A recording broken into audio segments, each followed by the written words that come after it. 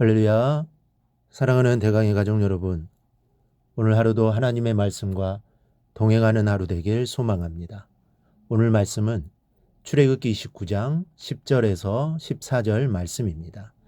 너는 숫송아지를 해막 앞으로 끌어오고 아론과 그의 아들들은 그 송아지 머리에 안수할지며 너는 회막문 여호와 앞에서 그 송아지를 잡고 그 피를 내 손가락으로 제단 뿔들에 바르고 그 피 전부를 제단 밑에 쏟을지며 내장이 덮인 모든 기름과 간 위에 있는 꺼풀과 두 콩팥과 그 위에 기름을 가져다가 제단 위에 불사르고 그 숫소의 고기와 가죽과 똥을 짐 밖에서 불사르라.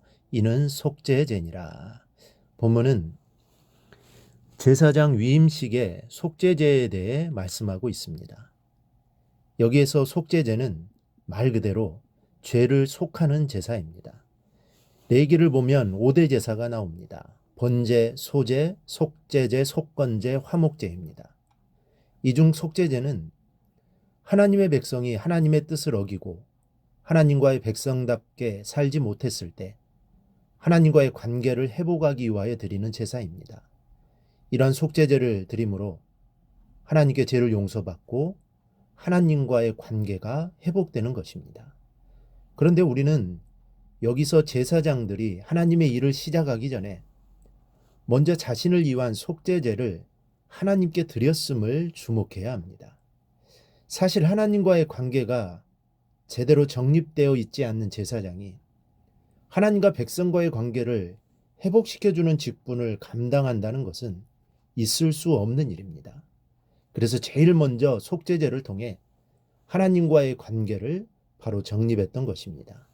이런 사실은 무엇보다도 하나님과의 관계가 중요함을 말해줍니다. 사람들과의 관계도 중요하지만 그보다 먼저 하나님과의 올바른 관계가 성립될 때 사람들과의 관계도 성립되고 하나님을 제대로 전할 수 있는 것입니다. 그러므로 우리는 무엇보다도 하나님과의 올바른 관계의 성립을 위해 기도와 말씀으로 부단히 애써야 할 것입니다. 오늘 속죄제가 진행되는 과정을 살펴보면서 주님의 큰 은혜가 여러분에게 충만하길 바랍니다.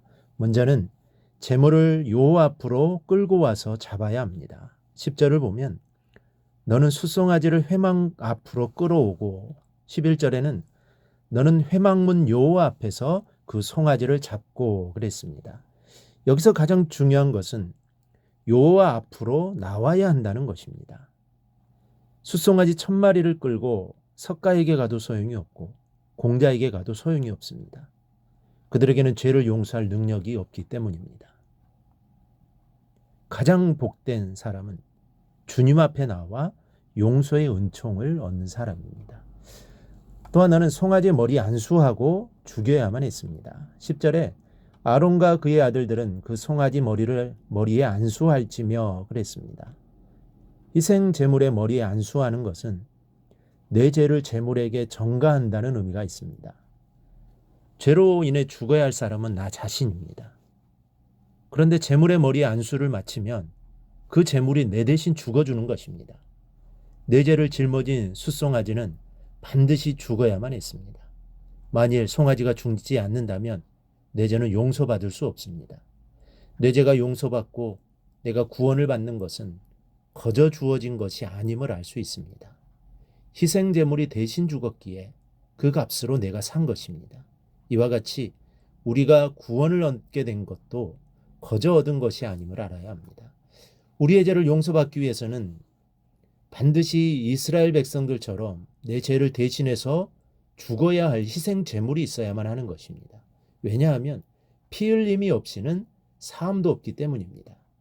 그러면 우리가 하나님께 드릴 희생 제물은 무엇이어야 합니까? 오늘날도 우리가 우리의 죄를 용서받기 위해서 구약 이스라엘 백성들처럼 늘 짐승을 잡아서 희생 제물을 드려야 할까요? 그렇지 않습니다. 오늘날에는 우리가 구약 성도들처럼 짐승을 잡아 드릴 필요가 없습니다. 그것은 흠없으신 예수님께서 우리의 죄를 위하여 하나님께 자신을 영원한 제물로 드리셨기 때문입니다. 하나님의 아들 예수께서 내 대신 죽으셨기에 내가 살았습니다. 예수님의 생명을 담보로 내가 살게 된 것입니다. 우리가 이렇게 하나님의 자녀가 되고 영원한 생명을 얻은 것은 예수님의 생명과 교환하여 있기 때문이라는 것을 깨닫고 감사하는 마음을 잊지 않기를 바랍니다. 세 번째로 제물의 피를 제단에 뿌려야만 합니다. 12절을 보면 그 피를 내 손가락으로 제단 뿔들에 바르고 그 피 전부를 제단 밑에 쏟을지며 그랬습니다. 우리가 앞에서 살펴보았듯이 번제단에는 4개의 뿔이 있습니다. 이 뿔은 구원의 뿔입니다. 그래서 생명의 위협을 받는 사람이 제단 뿔을 잡으면 목숨을 건질 수 있었습니다.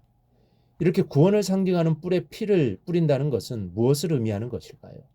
피가 구원을 얻게 해주었다는 뜻입니다. 즉 예수님께서 십자가에 흘리신 피는 인류의 구원과 희망을 가져다 주었다는 의미입니다. 예수님께서 흘리신 보혈은 곧 나를 향한 사랑이었고 희생이었으며 은혜입니다. 우리가 주님의 피로 구원을 얻은 자녀이니만큼 사랑의 보혈을 헛되게 해서는 안 되겠습니다. 용서받은 자녀답게 주님의 빛을 바라며 사는 성도가 되어야 합니다. 네 번째로 속죄 제물은 불에 태워야 합니다.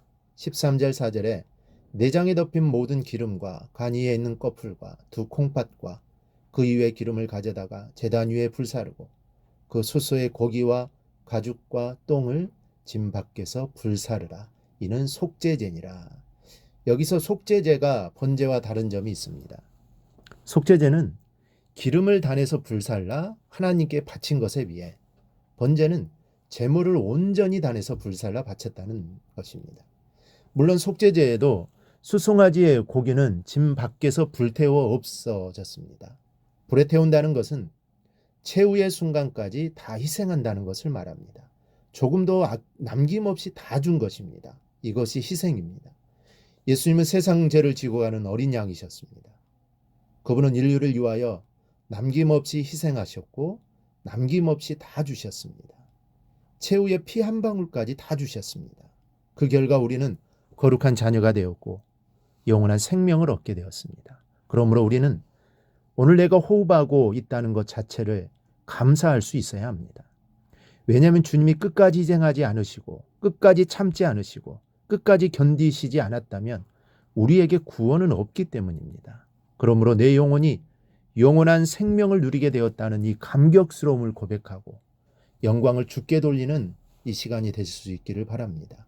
그리고 이러한 마음으로 평생 살아갈 수 있기를 주님의 이름으로 축원합니다.